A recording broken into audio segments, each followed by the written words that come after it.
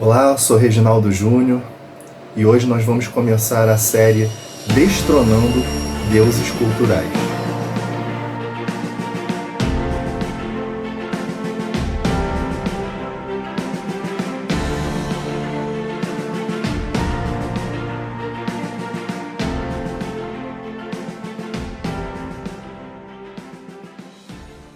Bom, eu decidi começar essa série específica, né? Você está acostumado a me ver aqui com mensagens isoladas, mas eu decidi fazer essa série porque é um tema que eu comecei até fazendo como um vídeo isolado, mas Deus colocou no meu coração de que tinha algo mais para ser dito, né? Era necessário que eu destrinchasse mais esse tema, porque hoje são muitos os deuses culturais da nossa geração, né? Ele vai desde uma simples idolatria, simples, né? A gente pode dizer assim, como qualquer coisa que domine a nossa atenção ao ponto da gente considerar aquilo mais importante do que Deus. E não são poucas as situações ou as coisas que ocupam ou que tendem a ocupar esse lugar nos dias de hoje. Então foi uma decisão de poder destrinchar melhor, né? E até para você que me acompanhe, não ficar com um conteúdo muito vago, muito amplo, para poder ali, né, pensar, refletir, orar nesse respeito, né? E nesse primeiro episódio eu quero tratar sobre a idolatria de uma forma mais ampla, né? A idolatria, ela tem sido um Deus cultural desde sempre, não seria diferente nos dias de hoje, né? Primeiro a gente define o que é idolatria, né? E esse tema é um dos temas mais tratados, né, nas escrituras, né? Embora essa noção de idolatria ela seja sempre associada ao culto, né, e criação de imagens de outros deuses, né, deuses pagãos. As escrituras elas descrevem a idolatria como um problema do coração do homem, né? A adoração de ídolos ela é uma expressão de um abandono prévio que o homem executa sobre Deus, né? A gente não pode se esquecer de que todo ser humano ele é um adorador em potencial, né? A questão crucial e definitiva aqui é quem ou o que ele adora, né? A quem ele busca para ter seu prazer, né? Quem que ele está buscando nesse coração, né? No seu dia a dia ali com maior intensidade, né? Até falando de coração, coração é um termo bíblico mais compreensivo para aquilo que dá direção, direciona a nossa vida, né? Sobre comportamentos, pensamentos, atitudes e até o que chega à nossa boca, né? A palavra afirma que parte do nosso coração, né? A boca fala daquilo que o coração está cheio, né? E o pecado original, ele tem um começo ali, né? No coração, ao observar um fruto e parecer que era, né, apetitoso, né? Então o pecado essencial do coração humano é essa rebelião contra Deus, que é manifestado também pela idolatria, pela adoração, pela servidão, alguma coisa, algum desejo, algum objeto, alguma pessoa, alguma atividade, alguma posição, ou seja, pode ocupar qualquer lugar essa idolatria, só não pode ocupar o lugar de Deus, né? E antes da gente adentrar ainda mais nesse tema, vamos definir ali o que é coração, né? Porque o termo coração ele aparece cerca de 800 vezes na Bíblia, né? Nas Escrituras. Dessas, por volta de 650 no Antigo Testamento, mais ou menos 150 no Novo Testamento, né? No Antigo Testamento ele aparece apenas como um vocábulo, e aí o seu sentido é bem amplo, né? Porque ele abrange a ideia de alma, de mente, de conhecimento, de razão, reflexão, memória, determinação de vontade e lugar de emoções. Já no Novo Testamento existem 3 vocábulos que se aproximam ali do conceito de coração. E ele tem, dentro desses 3 vocábulos e dentro desses significados, né, ele se refere também a um órgão do corpo, ao centro da vida física e da vida espiritual, um lugar de pensamentos, de crenças, de desejos, emoções, ideia, respiração, fôlego de vida e aquela força vital que anima o nosso corpo, né? Ou seja, o sentido de coração é bem amplo, ele vai desde um sentido mais físico, como órgão, até um sentido mais espiritual, podemos assim dizer, né? Jesus, quando ele falava do coração, ele não falava apenas do órgão físico, né? Mas ele referia principalmente à mente, né? As afeições e a vontades, né? E quando a Bíblia cita, quando Jesus fala, ele está falando aí basicamente de um homem interior, né? Que é dotado com uma mente que inclui pensamentos, crenças, concepções, compreensões, memórias, julgamentos, consciência, discernimento. Ele fala das afeições, que são os anseios e o desejo, né? Imaginações.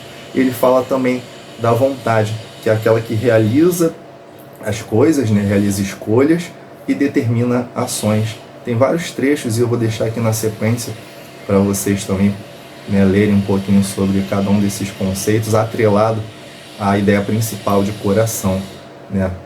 É importante a gente pensar nesses 3 aspectos, né, de mente, afeições e vontades, atrelados a um só, porque em cada hora a palavra vai dar foco de uma forma, mas ela está sempre falando do coração, né?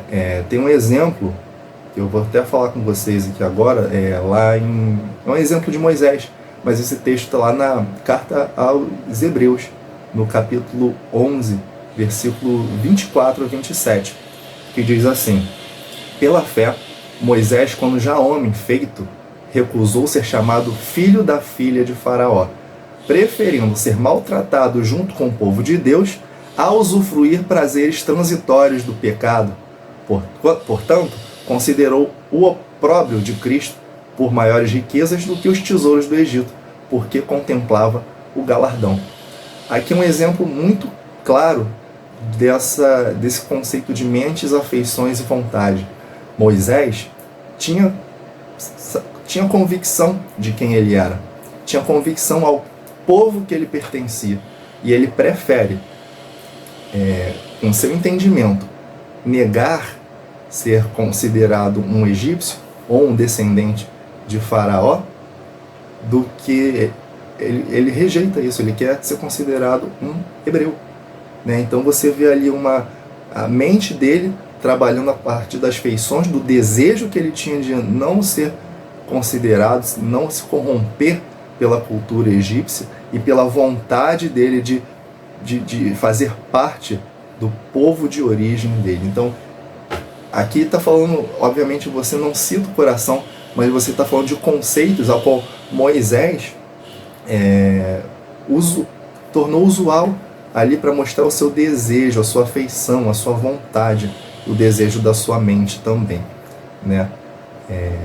Agora a gente parte para definir, como o capítulo fala de idolatria, né? A gente falou de desejos do coração, a gente vai falar agora sobre os ídolos. O que é um ídolo, né? Ou o equivalente dele, né? E aparece ali aproximadamente 240 vezes nas escrituras, né? A palavra ídolo, né? A maior parte no Antigo Testamento, onde é utilizado um pouco mais de 200 vezes, né? Dentro dessas aparições da palavra ídolo, né? Ela pode se referir direta ou indiretamente à idolatria, a ídolos, imagens, deuses, né?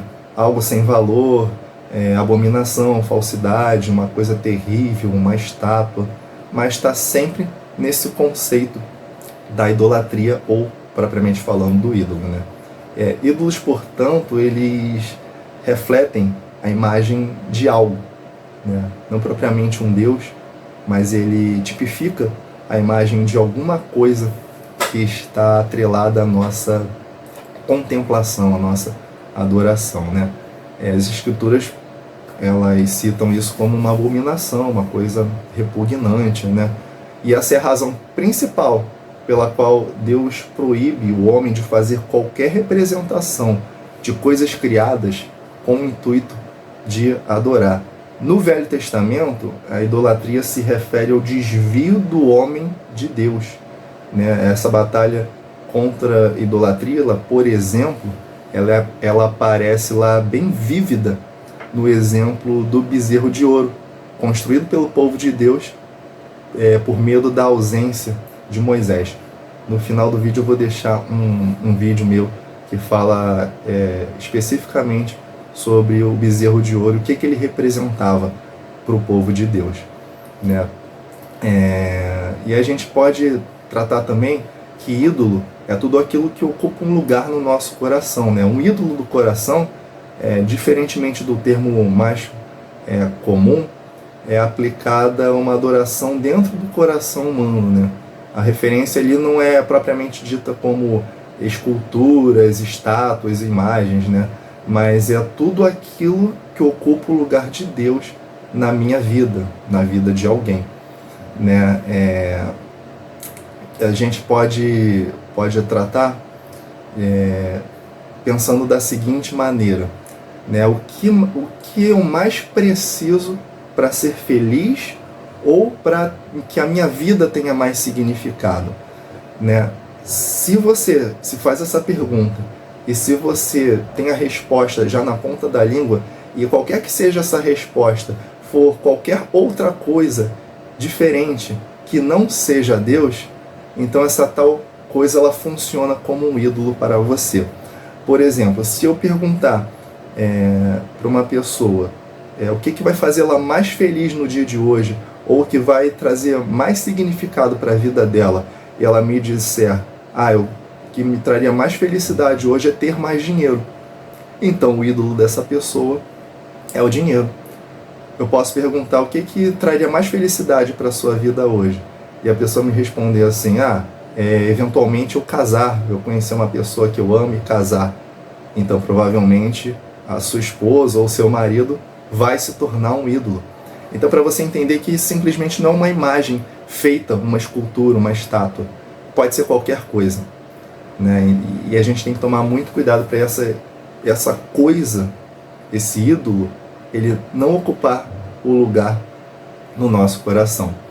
E aí você vai se perguntar assim, mas poxa, casar é uma bênção, ter uma situação financeira mais confortável também é uma bênção. E aí a gente parte para outra pergunta, que é como saber se eu estou adorando mais as bênçãos que eu desejo do que o Deus verdadeiro, né? E aí você tem que partir do seguinte princípio. Olha, como é que eu sei que eu estou adorando mais uma bênção do que propriamente Deus? Primeiro ponto, se eu estiver disposto a pecar para conseguir o que eu quero. O que você quer vai fazer você pecar ao ponto de você colocar Deus de lado para você conseguir o que você quer? Então você está adorando mais a bênção. E tem outro extremo também. Se a minha reação for pecaminosa, quando eu não conseguir aquilo que eu quero. Porque às vezes eu estou buscando tanto alguma coisa e às vezes eu acho, está demorando essa bênção chegar, ou então nada está acontecendo, e aí eu vou, quer saber, já que não está acontecendo, eu vou e peco naquilo que outrora eu já fazia, um pecado que eu já era habitual. Então tem os dois extremos, né? Se você está disposto a pecar, ou se a sua reação for pecaminosa porque você não consegue a bênção, né? Então nessas duas opções você vai estar adorando mais a bênção do que propriamente Deus.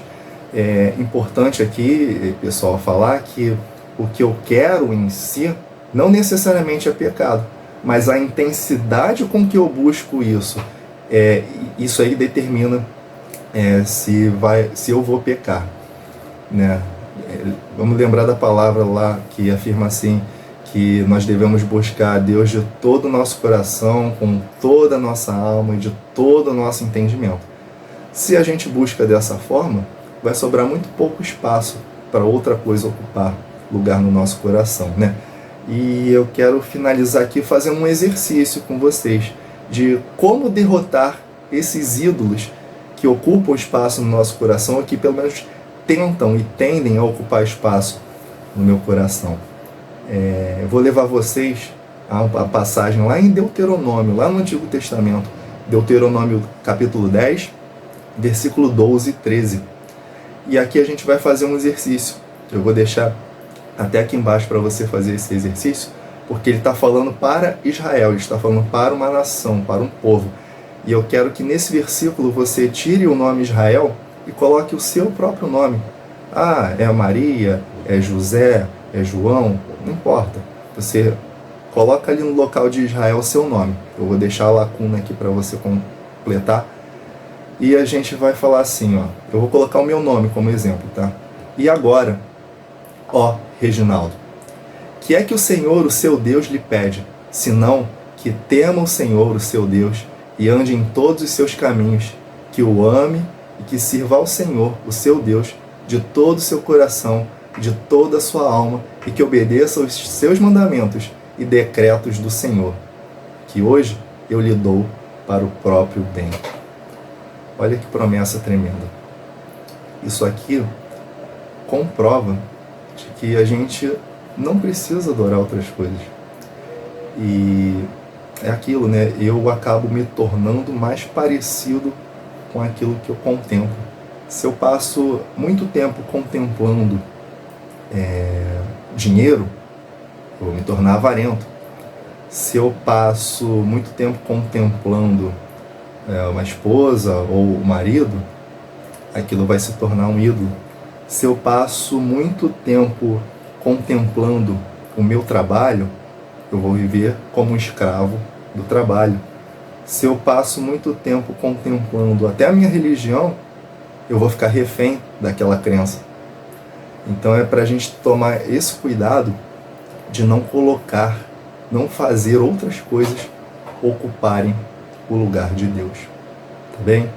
Vou pedir para você curtir esse vídeo, compartilhar essa mensagem, se inscrever no canal, ativar as notificações. Tá bem? É o primeiro vídeo. Na próxima semana a gente vai ter o segundo vídeo da série, onde a gente vai tratar sobre um outro tipo de